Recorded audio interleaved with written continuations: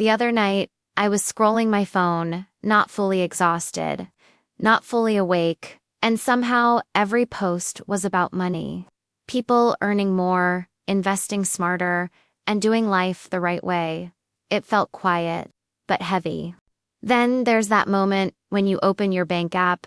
Nothing dramatic happens, but your chest tightens just a little. You're not broke, you're just uneasy. And sometimes I wonder why money feels harder to talk about than love, loss, or grief. Maybe because money feels like a scoreboard and we're afraid of what it says about us. That silence carries more shame than we admit. What if the reason money feels so heavy isn't because we're bad with it? What if it's heavy because we were taught to feel ashamed even talking about it? That quiet discomfort most people carry isn't failure, it's silence. Hey, I'm Bella, and this is Money Talk with Bella. This isn't a place for hype or pressure. It's a space for honest conversations about money and the emotions attached to it. If you're drawn to slower, clarity-based growth, you belong here.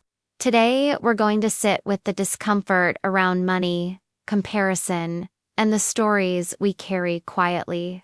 Stay with me until the end. Money shows up everywhere in our lives, in headlines, in conversations, in quiet decisions we make alone. Yet somehow, we're expected to act like it doesn't affect us emotionally. That contradiction is where the tension begins.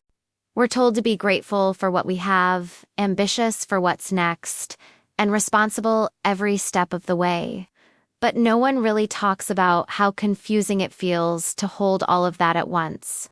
It's like we're juggling expectations without a rulebook. And when money becomes tight, awkward, or clearly unequal, something strange happens.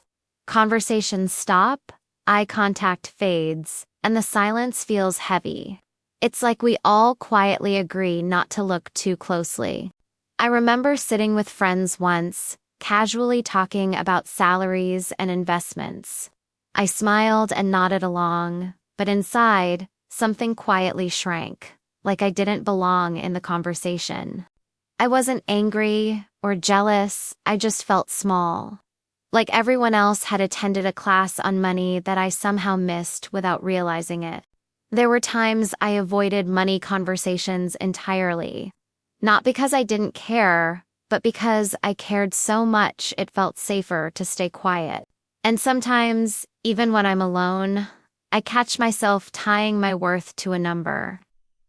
The hardest part isn't the number itself, it's the quiet shame that follows. I think many of us grew up learning that money equals responsibility, and responsibility equals value. Somewhere along the way, income stopped being just a tool and started feeling like a scoreboard. And without realizing it, we learned to measure ourselves by numbers instead of by who we are. When money feels messy or unclear, it doesn't just create financial stress. It quietly turns into self-doubt, like something must be wrong with us. Not because we failed, but because we were taught to tie clarity with competence. This isn't a personal flaw, it's a human pattern. We're living inside systems that reward performance, but rarely allow honesty. So the shame isn't proof that we're broken. It's a sign that we were never taught how to talk about money safely. When did money first stop feeling neutral and start feeling emotional for you? For most of us, it didn't happen with a spreadsheet. It happened in a moment of fear, comparison, or quiet pressure. That first emotional memory stays with us longer than any financial lesson.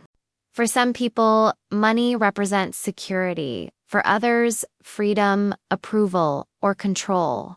And sometimes it's not even one clear thing, but a mix we've never fully named. That confusion can quietly shape every decision we make. Now, imagine removing shame from the conversation completely. What's the one thing about money you've never said out loud? Not to friends, not to family, maybe not even to yourself. That honest answer is often where clarity begins. Let's slow down for a moment. You don't need to analyze returns, decisions, or outcomes right now. Just give yourself permission to pause and breathe. There are no answers required here. Nothing to fix, nothing to optimize, nothing to prove.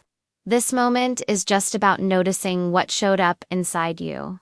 Whatever came up, tightness, relief, confusion, that's information, not failure. Let it sit without judgment, just like you would let the market breathe. This is part of a healthier relationship with money. You don't need to resolve anything tonight. Some conversations about money aren't meant to be fixed right away. They're meant to be held with patience and kindness toward yourself. If this felt like sitting with a friend who truly understands, you can like the video and subscribe for clarity-based growth here on this channel. Share it with someone who might need a softer way to talk about money, and tell me in the comments, what does money feel like in your life right now? This is Money Talk with Bella, because money is never just money. Thank you for being here, and for choosing honesty over silence.